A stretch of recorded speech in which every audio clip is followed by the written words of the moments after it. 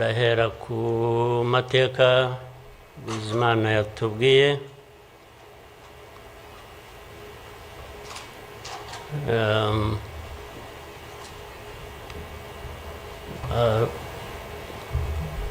Arambuye afite ibimenyetso ashingiyeho, ariko ndagira ngo mbanze nshimire mwese abari hano mwaje kwifatanya n'igihugu n'abanyarwanda, cyane cyane mwebwe abaturuka hanze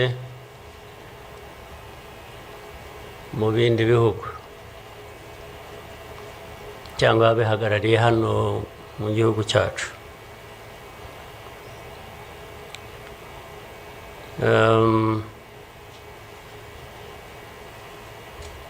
Ndabashimira kuko kenshi ko dusigaye tubibona ko bisigaye biri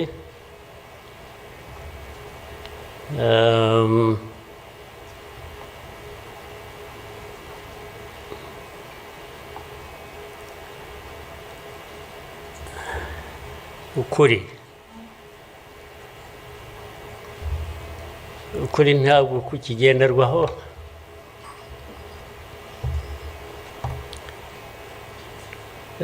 ni nacyo gituma, ariko reka mvugane, hari umuntu w'inshuti yanjye wigeze kumbaza atari ko wowe nk'umuntu ubaho ute ugahuza bimwe, ndaza kubivuga mu rurimi rw'amahanga, arambaza tubaho ute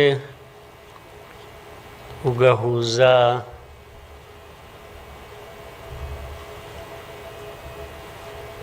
the dark past and the cruel present.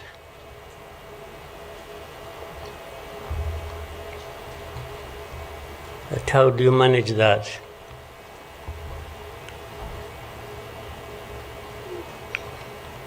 Ariko uko nabyumvaga ntabwo ari igihe yabazaga gusa, yabazaga u Rwanda,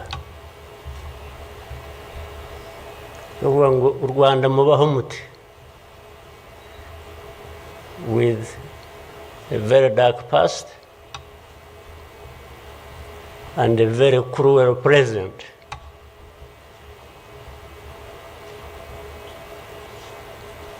Icyo namushubije nuko from the beginning we were under an illusion that the two were siblings and we had to deal with them as such. You have to deal with the cruel present, knowing that it is very, very much related to the dark past. They are inseparable. So for us, we have a choice to make.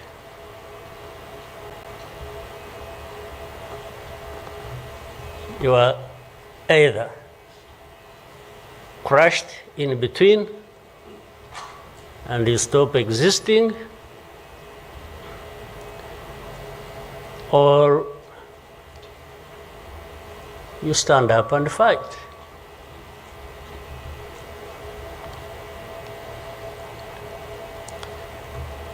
When people are saying in the testimony that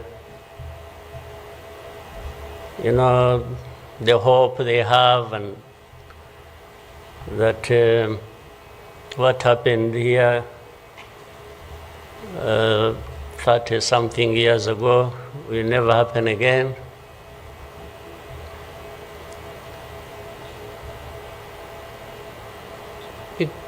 It won't be because of those who were responsible for that dark past will not try again, or are not even trying now again. It will not happen again just because there will be people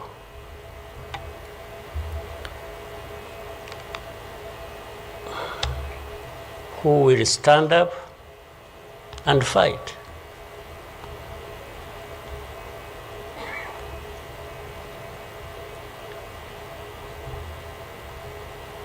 It's not because there are fewer people who wish to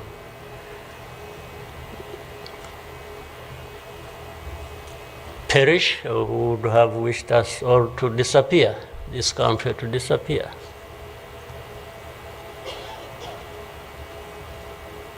But how can people accept that? How can people not stand up and fight? Because anyway, well, there is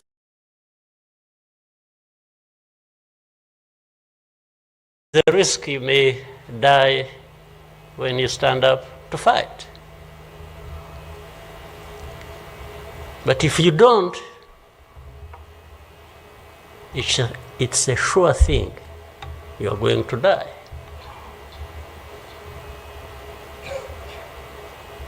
So why don't I try the former? Why don't I try to stand up and fight with the chance that you might survive and live on your life as you want it, instead of giving up and you let people treat you as if for you to live, it's a favor that they are going to do for you. Why?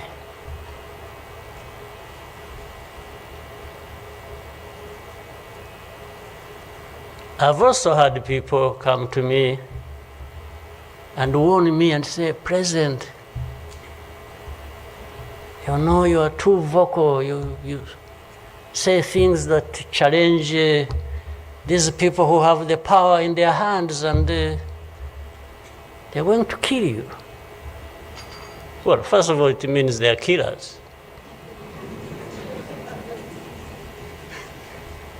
But my answer to them is, you know what? If I were to be there to just accept these things to happen, I don't think I would count myself as living anyway. It's like I would already be dead. To live a life of lies, of pretense,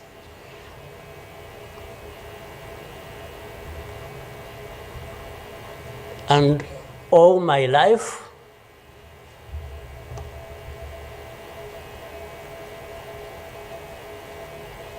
to somebody else, I would be dead anyway. So why don't I die fighting?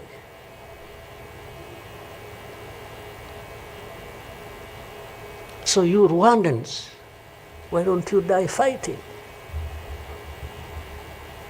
Instead of dying anyway. Just dying like flies. Why? But my message goes to other Africans who live like this on a daily basis, who are dehumanized. And they accept it and they beg. I can't beg to live. I can't beg anybody.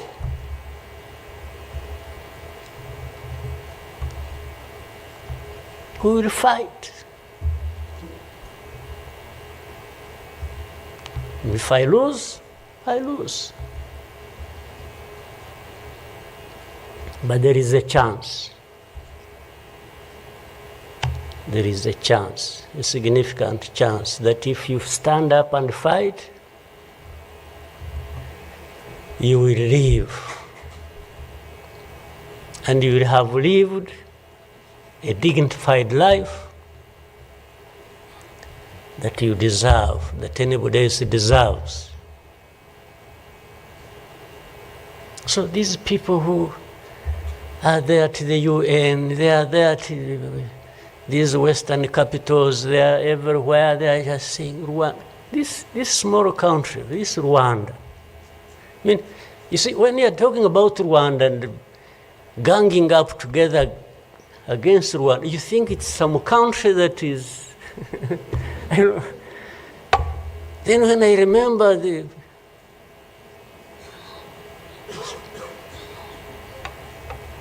facts about it,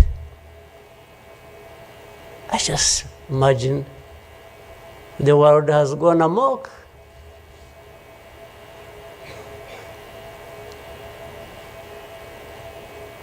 But in the midst of all that, we have to live. We have to live our lives, we have to fight for that, we have to live the way we want. And I tell anybody to his face to go to hell.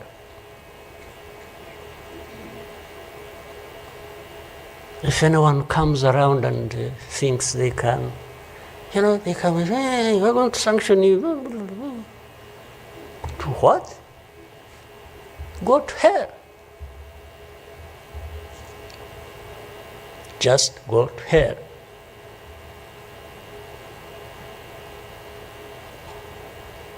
You have your own issues to deal with. Go and deal with your own issues. Leave me to mine. This is the spirit I think Rwandans must have in their daily lives. So my worry is not about how powerful these people are that come down upon us and throw anything at us. I'm never worried about that. I worry about one thing, which has lived on for centuries. It's for Rwandans. It's for Africans who sit back and find nothing wrong with accepting to be treated like that. That's my only worry. When can Rwandans, when can Africans refuse to be mistreated like this? To be told they have no value. To be told that their lives have to be lived as a result of a favor they are being done by somebody else. What a shame for people to accept that even for a moment. You must not accept it. You must get up and fight for yourself.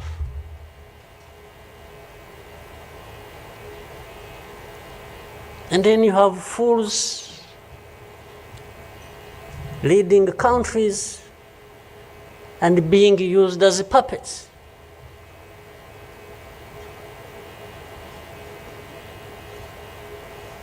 And they are stealing from their own resources, which they should be putting to the good use of their own people and develop them. They just put everything to their own use, find billionaires in a sea of poverty, millions of people going hungry, and their leaders, billionaires, money that has been stolen from the resources of these people, and these are the ones received in Western capitals and praised, and when, Rwanda is being crucified literally at the UN, everywhere, these are the ones who show up and everybody is doing their bidding.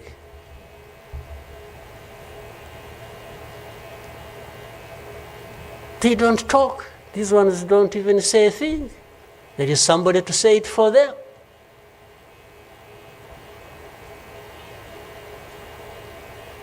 They don't say a thing. Even in meetings where solutions are being thought about and crafted and so on, they are absent because somebody else is there. They are addressed there. When their name comes up, they say, no. You see, I see it on a daily basis. Somebody has agents, orders them, pays them to go everywhere preaching hate speech, killing people in broad daylight, setting fire on these people, burning in broad daylight.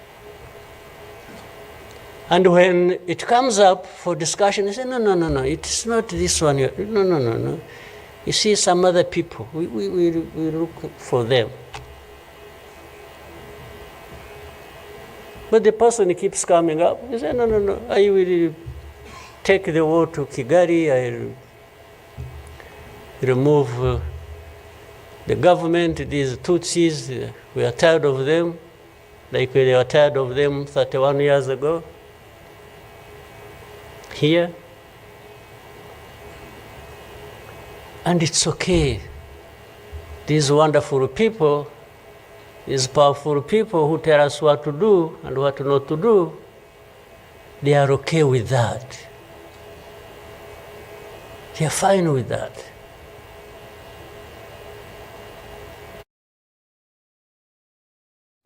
The biggest mistake when starting a business is investing all your money in a complex website. GoDaddy allows you to create a beautiful catalog for your products and engage directly with your customers.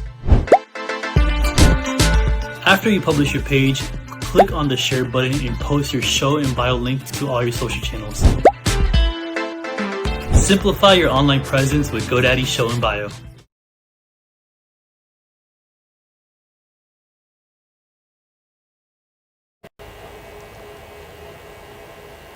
And they expect us to accept it also ourselves.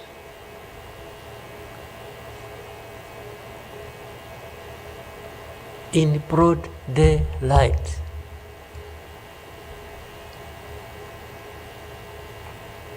Hate speech, killings of people for their identity, uprooting them from their homes, and most of them are refugees here in this country.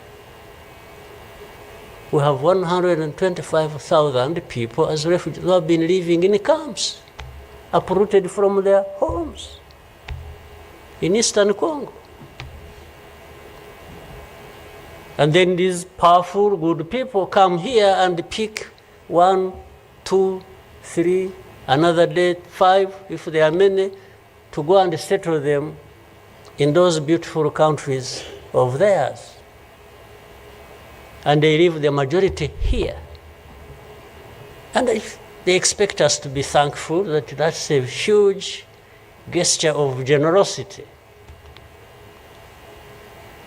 First of all, they take them knowing that these are actually refugees from a neighboring country. They don't take them as Rwandans. They take them as refugees from Congo. Only that they are taking very few. They are not, I wish they could take all of them. Those who wish to go and resettle them. So the rest becomes my problem. So what they have to do is cleanse Eastern Congo of all these people, bring them to Rwanda, take to your countries those you want, few, very few, not even 0.1%, and the rest should remain Rwanda's problem. Because after all, these ones are Tutsis like Kagame. That's a simple conclusion. But ask yourselves, how did these people end up being across the border of Rwanda? Was it really done by Kagame? Was it done by Rwanda? No, for us, we are here lucky that we are alive, that we survived.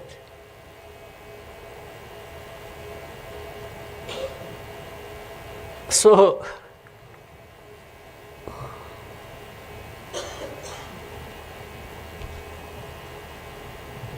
but as I say this,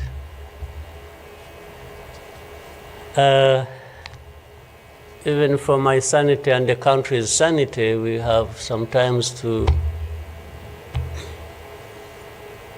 just try to do things differently. Meaning, if you want to be helpful, if you want us to be partners, we are happy to play our part, and you can be sure you will find a reliable partner in us, irrespective of what we think about you.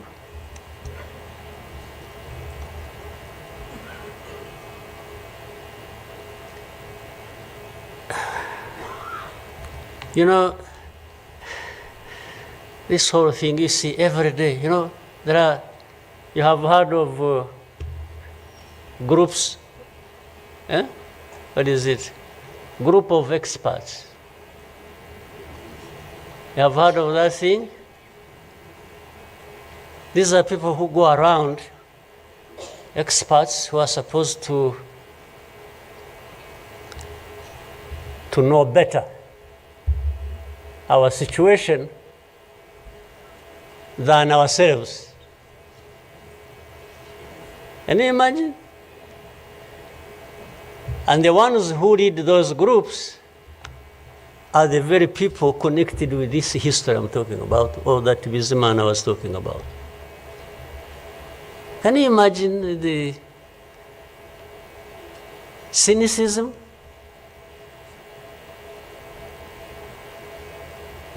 And this expert comes to me and asks me, you know, but this. So the whole thing about genocide, this ideology that has killed millions of people, has been turned into a problem of minerals. You know, it's okay. Let's imagine it's a problem of minerals now. Was it a problem of minerals in 1994? Which minerals were we fighting for here? Just imagine. Which minerals?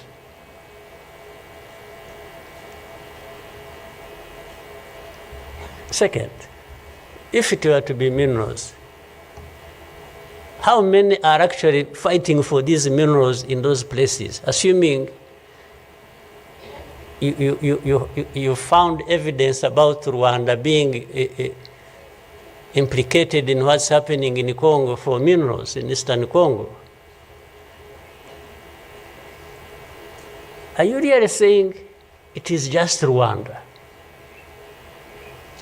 Why don't you be brave enough to say Rwanda is invading our territory we have created for ourselves and is encroaching on the minerals we are also encroaching on in Eastern Congo? Why don't you be brave enough to admit that? At least to say that.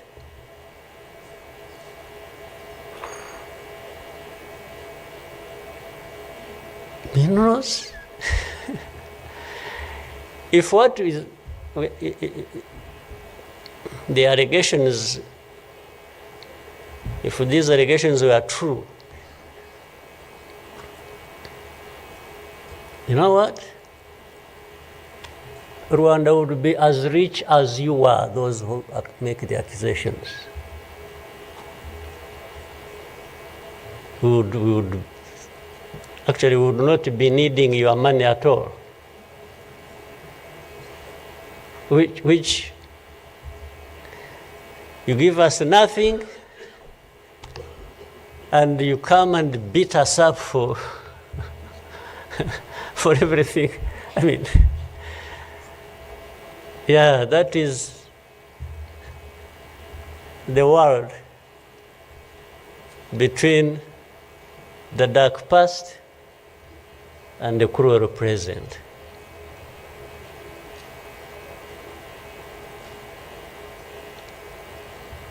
But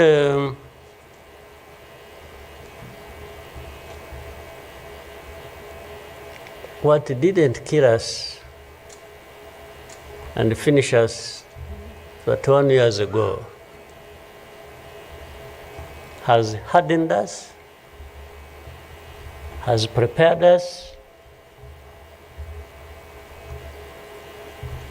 for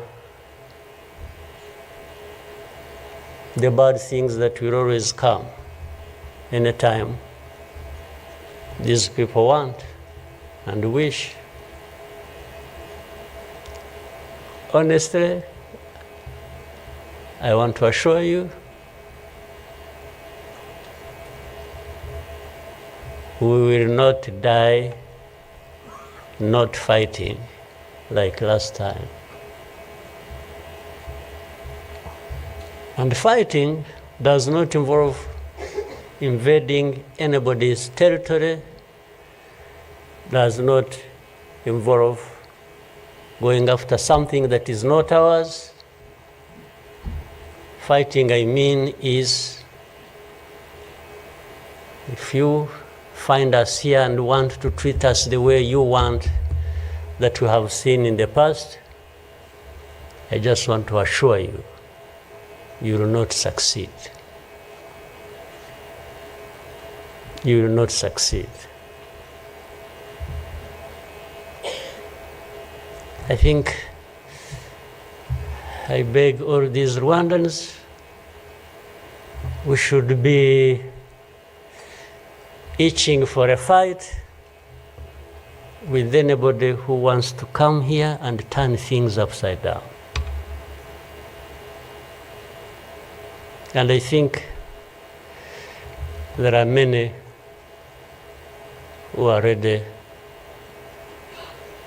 to join for that. But for our friends Our partners, please, don't misunderstand us, don't mistreat us. We have had enough of it. Take it somewhere else. Take it somewhere else. You know, this Bizimana who was telling you this whole history, by the Bizimana, if you could compile that and distribute it to our friends and all of us. I actually want a copy of what you... But I think you should give our friends and others, they need to... Much as in the cruel present, facts don't matter, evidence doesn't matter, the truth doesn't matter. What matters is what pleases you on any day, and doesn't matter what facts about others. But and I was saying this because this man made another presentation another time that involved the same people he was talking about. And the next day, from embassies, people came to him, threatening him. Yeah. You know, they even, they are so foolishly brave to just, you know, they went to him. And I think another message went through Foreign Affairs. It's like this man who is saying this, and he was not saying it is not true, but he was saying no for daring to say it, even if it is the truth. Yes, they threatened him, and they even started threatening he will not get a visa to travel to some places, face to face, like that. Somebody from the embassy threatening our minister. Of course, I can't blame them that, given this history we have had, that from the embassy they even think they are above the minister. Yeah. He just come and say, you dare say this. He wasn't saying, this is contrary to the truth or evidence we have. Why did you present lies? No. He was just saying, whether lies or truth, you shouldn't have said it. That is the cruel present we live in, but we must confront it, and we will. We shall. No question about it. I've also told people that anyway, for us, we are in a sort of not bad position, because the worst has already happened to us. I don't think anything worse will happen, ever. So those who are scared, fearful of anything, I just want to console you in some way, if you may, that actually the worst has already passed. When we lost the people during that time, the young man was giving testimony about. Do you think anything like that would ever happen again? I don't think so. So why would we be scared of anything? The worst. The hurricane came and we took cover and things, and it has passed. And we rebuilt. We rebuilt our strength of all kinds. I don't think there is any other hurricane that will come and sweep across the country, destroying everything. I don't think so. So, and this day always reminds us of some of the things that I ignored and the facts that remember the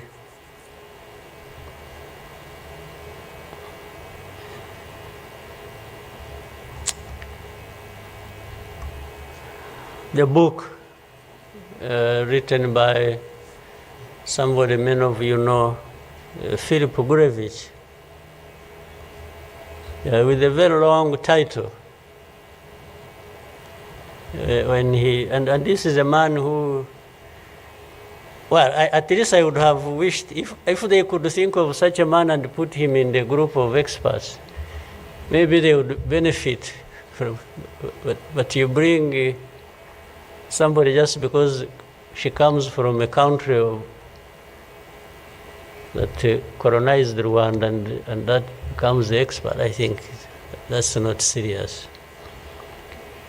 But he said that the title of the book was, "We wish to inform you that tomorrow will be killed with our families." You know, who were they informing? And who was going to stop that? And who was going to come to their rescue? Nobody. Win, that's when you flex. Win. And I'ma do it again. Watch me win. It just happened as they said it. People kept telling the world, "We want to inform you that tomorrow we're going to be killed with all our families." And who cared?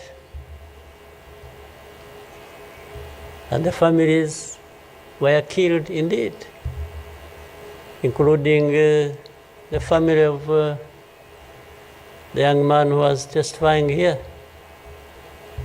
Well, including our families,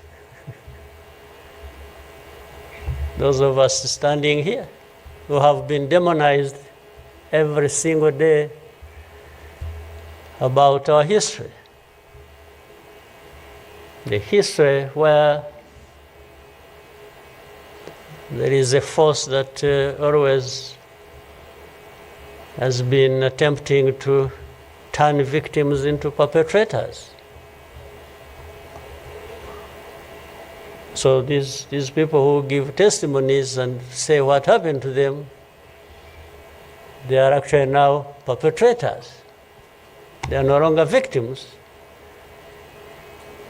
So the cynicism I was talking about of what happens in this world is that these very people who barely survived and who lost everything else and their families are now the victims, the perpetrators, no longer victims. That's what the world wants to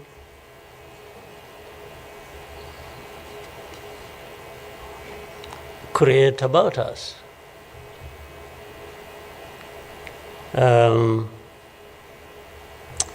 think I should, even for,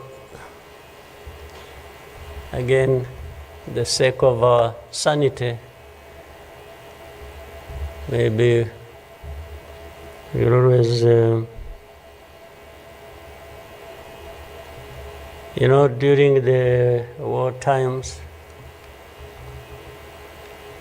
to keep my own balance, there used to be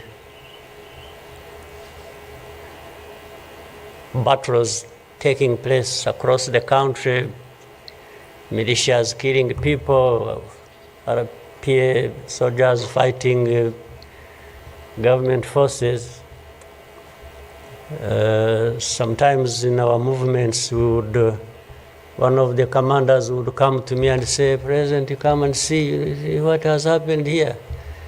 I went there once and saw a mass grave that they had just dug with caterpillars, and I think they had put in over 2,000 people. And from that lot, we found 12 people are still breathing.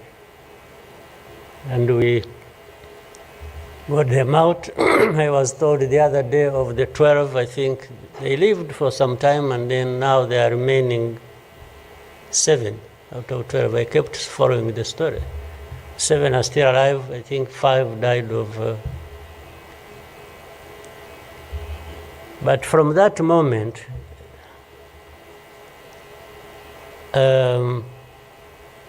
I told the commanders that they should never bring my attention to this kind of thing. They should just handle it, and we agreed how they would be handling it. But I should never, I don't even need to be informed or, and the reason was simple. And unfortunately, such a moment of remembrance sort of takes you back into that. But the reason was I didn't want my judgment and my conduct of the war and the leadership I was supposed to be providing to be impaired in any way by the anger, by what you saw. So that's why I wanted to keep my own balance so that we go through so many things. But otherwise, if I kept seeing this,